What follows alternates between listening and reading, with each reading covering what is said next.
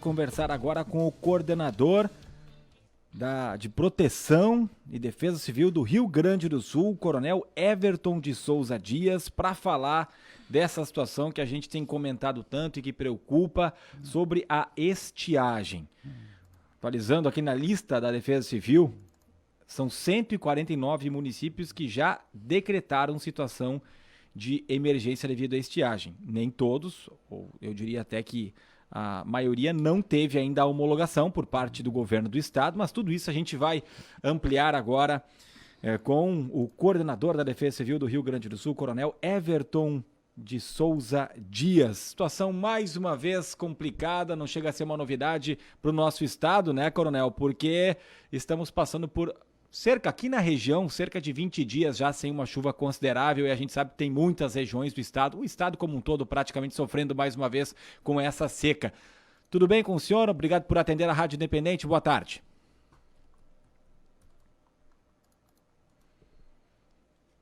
Alô, Coronel? Nos escuta? Alô, estão ouvindo agora? Agora sim, perfeito. Tá.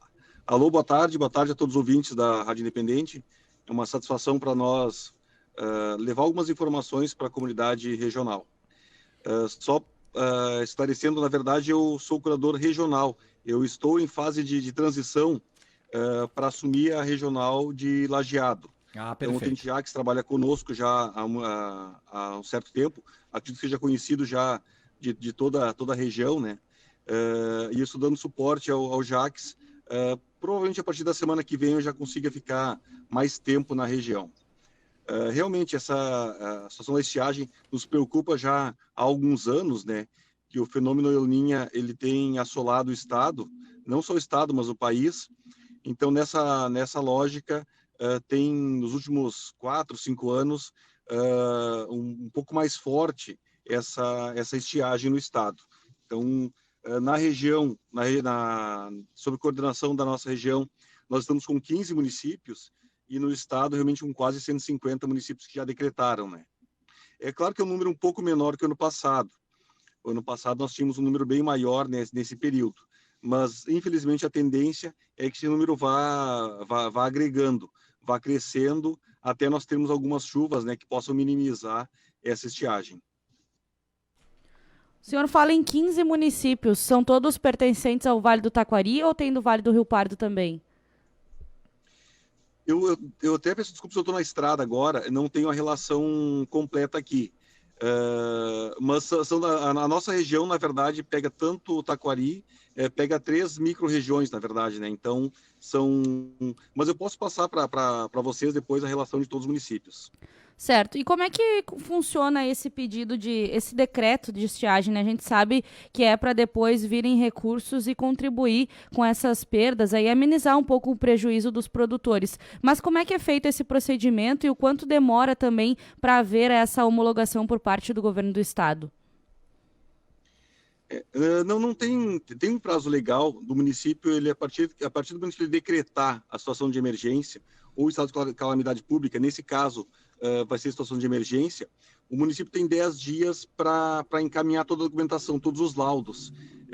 A legislação estabelece que são encaminhados, além do decreto, laudo de assistência social, laudo da Emater, alguns documentos que comprovam realmente esse prejuízo para o município. A partir daí, o nosso regional, que no caso eu estou assumindo essa função agora, a gente faz uma vistoria na cidade, embora a gente saiba já da situação crítica e complicada, né? Mas a gente vai até o município, faz uma avaliação, uma vistoria, emite um parecer favorável à decretação, encaminhamos para a Coordenadoria Estadual. Em Porto Alegre é feita uma nova avaliação dessa documentação, encaminhada para o governador.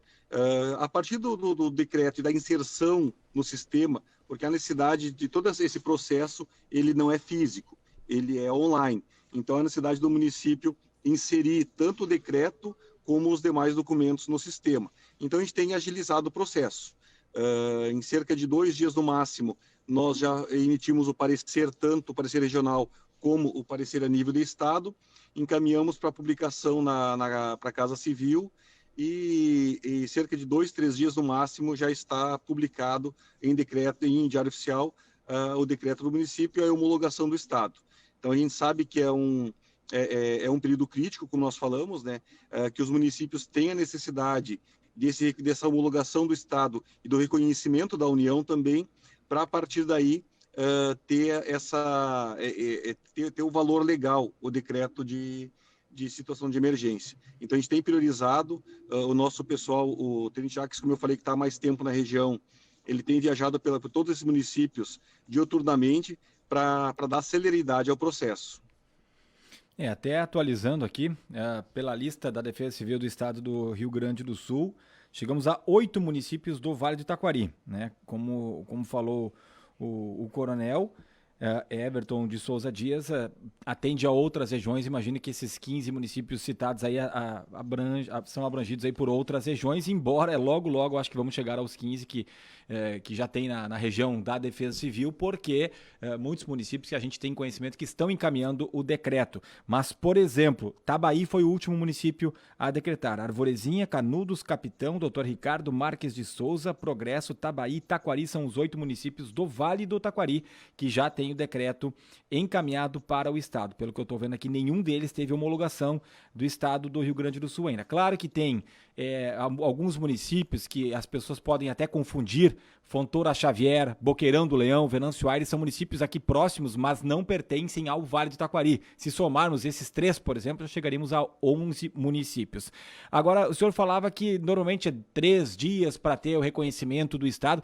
Até aqui não tivemos reconhecimento por parte do governo, a homologação, pelo menos, nessa lista fornecida pelo próprio governo estadual em relação aos nossos municípios. Eu pego o exemplo aqui de Progresso, que, se não me engano, foi o primeiro município da região que decretou lá no dia 11, já faz 9 dias, sem falar de, por exemplo, o Dr. Ricardo, no dia 13 e por aí adiante. O que tem chance de não ser homologado e, a partir da homologação, como é que é o trâmite para receber, se é valor, se é maquinário, como é que funciona também esse suporte depois dado pela Defesa Civil Estadual? O que pode acontecer, como eu falei, eu estou na estrada agora, peço desculpas, eu estava até voltando da região, eu estava em Santa Cruz, ontem em Lajeado, e agora pela manhã em Santa Cruz, que também é da nossa regional, então são 62 municípios da regional, por isso que pega outras micro-regiões, claro, né? O que pode acontecer, e essa informação a gente pode buscar depois mais detalhada, é algum laudo, algum documento que faltou. Então, esse trâmite a partir da decretação do município até a homologação, quando todo o processo está correto, como eu falei, ele é um pouco mais ágil. Quando há necessidade de uma notificação para anexar ou para corrigir algum documento, ele pode demorar um pouco mais. Mas o município, claro que há uma possibilidade de não homologação, mas nesse caso a estiagem é muito reduzido. Porque a gente sabe que a estiagem está assolando o Estado, que os municípios têm prejuízo, que os produtores rurais estão sofrendo, estão penando com essa estiagem, né? Então, claro que nós não podemos afirmar com certeza, mas a grande probabilidade que haja homologação de todos esses municípios, inclusive os que virão a decretar, né? E a necessidade também do reconhecimento nacional. Então, quando o Estado homologa, é encaminhado para Brasília, pelo sistema, pelo S2ID ainda, né? Encaminhado para Brasília, para o reconhecimento da União. A partir daí, o município gera alguns direitos para o município. Por exemplo, não há necessidade de fazer licitação para aquisição, para compra de recursos, de materiais que vão atender aquela ocorrência. Então, por exemplo, não é o caso agora, é lógico, né? Mas no caso de granizo, de vendaval, que tem outros danos, o município ele fica isento de fazer uma licitação. Ele tem que fazer claro, tomar as medidas legais para fazer alguma aquisição, mas é de forma mais célere, digamos assim, né? Todas as aquisições. Também ele pode pedir recursos financeiros, hora-máquina, cesta básica. Então, a partir daí, da sua decretação, possibilita ao município buscar recurso. Então, a gente não sabe exatamente que tipo de recurso é disponibilizado pela União atualmente, mas até mesmo o Vilinic-Pipa, que é aquele material que pode ser acoplado a um caminhão para levar água até as localidades atingidas, que não tem mais água potável. Então, a partir daí, esse atendimento por parte do Estado e da União ele começa a acontecer. Não houve pedidos, assim, nós não estamos, digamos, numa fase não tão grave como a do ano passado. O ano passado, nesse período, nós tínhamos um número bem maior de decretos. Então, mas como eu falei, né, a partir daí, do decreto já gera ao município essa possibilidade de buscar os recursos. E essa busca de recursos, você dá até alguns exemplos de como podem acontecer, e a gente vê que alguns municípios eles informam o valor estimado de prejuízo dos produtores, muitos não têm esse valor, não fazem um levantamento mais preciso. Mas esses recursos que depois são encaminhados para o município, usa com base esse valor de perdas, ou é só mesmo destinado a esse tipo de serviço de uma forma mais fácil, como você disse, sem a necessidade de fazer licitação? É tomado por base também o prejuízo. É claro que tanto o Estado como a União não tem como repor todo esse valor que o município teve com prejuízo, mas isso é considerado também. Por exemplo, horas máquinas trabalhadas, quando o município utiliza para fazer perfurações ou tentar fazer açude, isso é considerado também para pelo menos minimizar aquele prejuízo daquele município, daquela localidade. No caso de pessoas atingidas, que há caso, inclusive, de cestas básicas que são distribuídas em decorrência da estiagem também, né? Então, essas famílias que são atingidas, o município recebe algo proporcional ao prejuízo que teve. Coronel Everton de Souza Dias, coordenador regional de Proteção e Defesa Civil do Rio Grande do Sul.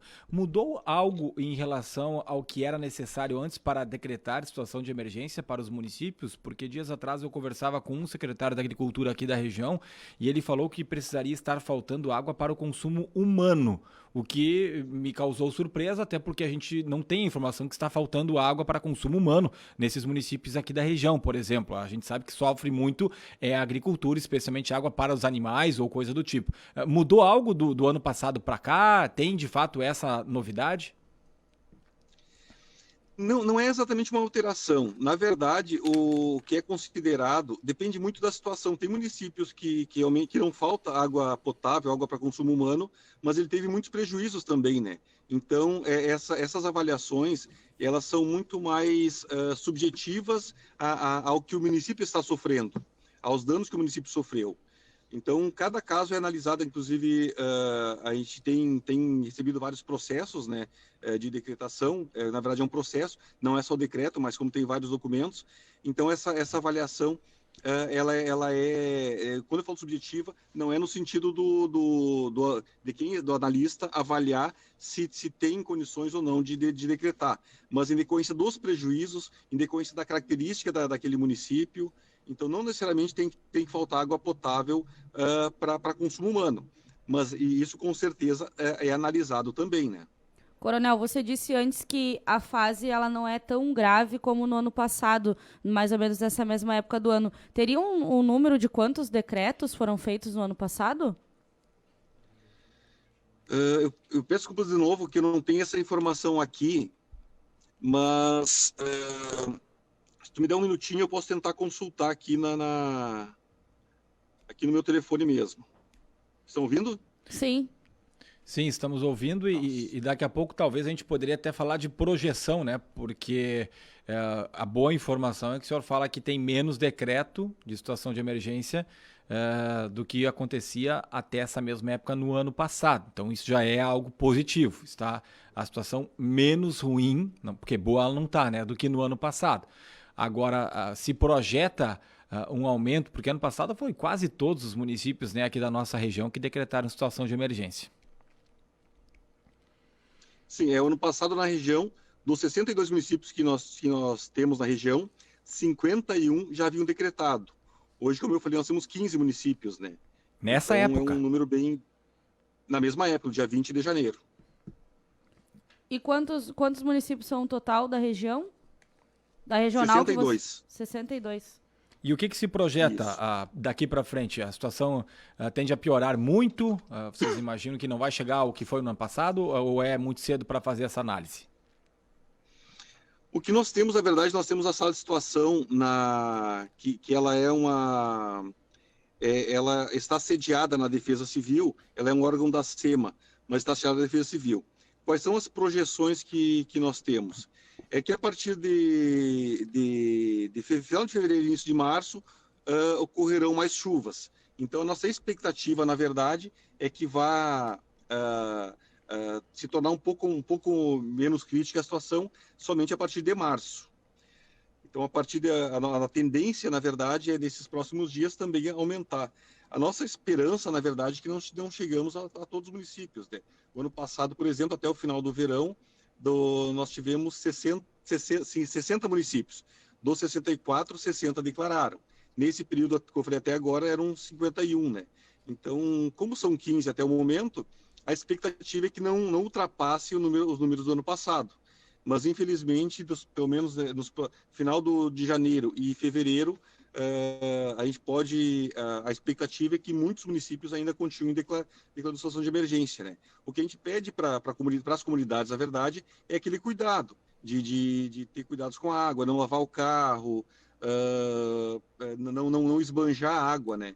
Então, isso é imprescindível para que a gente consiga minimizar os danos, né, da estiagem.